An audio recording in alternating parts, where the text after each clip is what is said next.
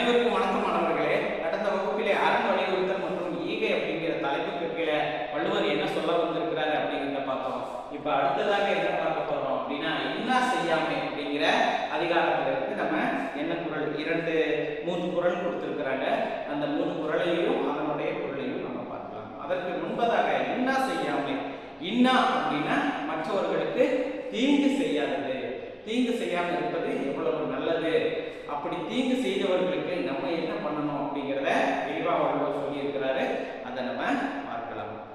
முதலாவதாக இன்னா செய்தாரை ஒருத்தல் அவர் நாண நன்னயம் செய்துவிடல்.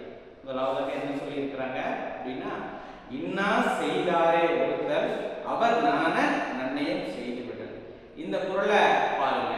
இன்னா செய்தாரை ஒருத்தல், அதாவது நமக்கு ஒருத்தர் தீங்கு செய்திருந்தாலும் கூட இன்னா செய்தாரை ஒருத்தல் அவர் நாண, நாண என்றால் வெட்கம், சரியா? அவர் நாண நன்மையும் செய்துவிட்டார். அவர் வெட்கப்படும்படியாக அவருக்கு நம்ம நன்மையை செய்யணும். இதுதான் நம்ம உண்மையான பழிவாங்கிறதான அர்த்தம் அப்படின்னு சொல்றோம். நம்ம எனக்கு பழிவாங்கிறதுனா நமக்கு என்ன தெரியும்? அதாவது இவன் எனக்கு அந்த பொருளை தரலையா, இவன் என்னை மாட்டி விட்டுட்டானா, இவன் பண்ணதுக்கு டபுள் மடங்கா நம்ம இவனை எப்படி மாட்டி விடலாம், இவனை எப்படி சிக்க வைக்கலாம் இப்படிங்கிறது பொதுவாக நம் மனிதர்களாகிய நாம் நமக்கு வருகின்ற ஒரு எண்ணம் தான் அது. அதை யாராலையுமே தவிர்க்க முடியாது. ஆனா வள்ளுவர் என்ன சொல்றாரு அப்படின்னா, இப்போ உங்களுக்கு ஒருவர் தீங்கு செய்திருந்தால் அதற்கு நீங்க எப்படி பழிவாங்கணும், அதாவது அவர் வெட்கப்படும்படியாக நீங்கள் என்ன பண்ணணும், அவருக்கு நல்லது பண்ணணும் அப்படின்னு சொல்லி இருக்கிறார். அப்போ நமக்கு தீங்கு செய்தவர்களுக்கு நம்ம நல்லது பண்ணும் பொழுது, அட இப்பேற்பட்ட ஒருத்தனையா நம்ம துன்பப்படுத்திட்டோம், இவரை ஒரு ரொம்ப மனசு கஷ்டப்படுத்திட்டோம் அப்படின்னு அவர்கள் வெட்கி தலை குனிவார்கள் அல்லவா, அந்த நிமிடத்திலேயே நம்ம வென்று விட்டோம் அப்படிங்கிறது அர்த்தம். அதுதான் இன்னா செய்தாரை ஒருத்தல் அவர் நாண நன்னயம் செய்துவிட என்கின்ற குறள். பிறகு அறிவினான் ஆகுவது உண்டோ பிரிதி நோய் தன்னோய் போல் போற்றா கடை அப்படிங்கிற குறள் கொடுத்திருக்கிறாங்க. மீண்டும் ஒரு முறை, அறிவினான் ஆகுவது உண்டோ பிரிதி நோய் தன்னோய் போல் போற்றா கடை என்கின்ற குறள். பிற உயிரின் துன்பத்தை தமது துன்பம் போல் கருதாவிட்டால் தாம் பெற்றுள்ள அறிவால் எந்த பயனும் இல்லை அப்படிங்கிறது தான் அந்த குறளினுடைய பொருள். அதாவது பிற உயிர்கள் படுகின்ற துன்பத்தை நம்மளும் தெரிந்து கொள்ள வேண்டும். அதுதான் நம்ம இப்போ 10ஆம் வகுப்பு படிக்கிறோம், 8ஆம் வகுப்பு படிக்கிறோம், 6ஆம் வகுப்பு படிக்கிறோம் அப்படின்னா நம்ம எல்லாம் படித்தவங்க தானே. உங்கள் வீட்டில் ஏதாவது ஒரு தவறு செய்தாலும் கூட நீங்கள் படித்து பையன் தானே அப்படின்னு கேட்பாங்க இல்லையா? படித்தால் அப்படின்னா அதனுடைய கான்செப்ட் என்ன? நம்ம ஃபர்ஸ்ட் மார்க் வாங்கணும் அப்படிங்கிறது அதனுடைய கான்செப்ட் கிடையாது. படித்த அளவுக்கு நமக்கு நாலேஜ், அதாவது அறிவு இருக்கும் அப்படிங்கிறது தான் ஒரு பொருளாக இருக்கிறது. ஆக உன்னுடைய சக நண்பனாக இருக்கலாம், இல்லை வேற யாராக இருக்கலாம், உன்னுடைய வீட்டிலே பெற்றோராக இருக்கலாம், உன்னுடைய ஆசிரியர்களாக இருக்கலாம்.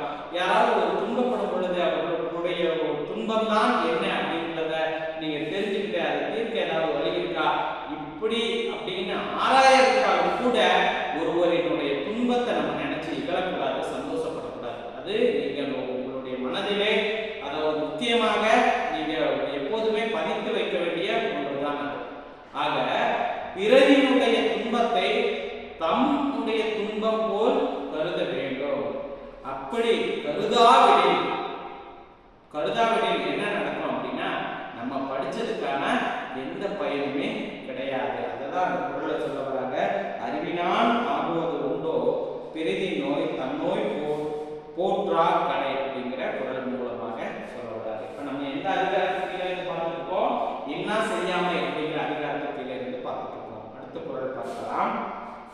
இணைத்தானும் எஞ்ஞான்றும் யாருக்கும் மனத்தானம் மானா செய்யாமை தலை அப்படிங்கிற குறள்.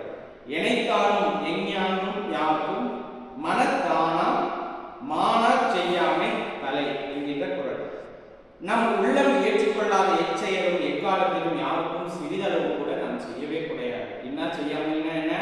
அதிகாரத்துல பிறருக்கு தீங்கு செய்யாம இருக்கிறது. இந்த குறள்ல என்ன சொல்ல வராங்க?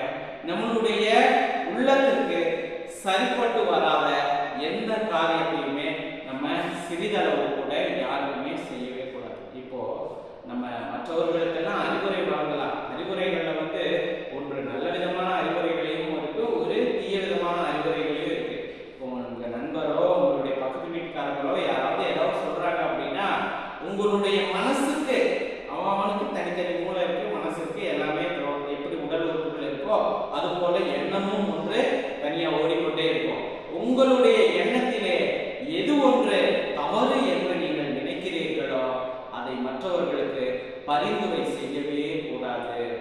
எனைத்தானும் எஞ்ஞானும் யாருக்கும் மனத்தானம் மானா செய்யான் தலை அப்படிங்கிற குரல் மூலமாக வள்ளுவர் சொல்ல வருவது இதுதான். உங்கள் மனதிற்கு எது ஒன்று தவறு என்று தெரிகிறதோ அதை வந்து நீங்க எக்காலத்திலும் சிறிதளவு கூட பிறருக்கு செய்யாமல் இருக்கணும் அப்படிங்கிறதான் வள்ளுவர் சொல்ல வர்றார். நன்றி மாணவர்களே.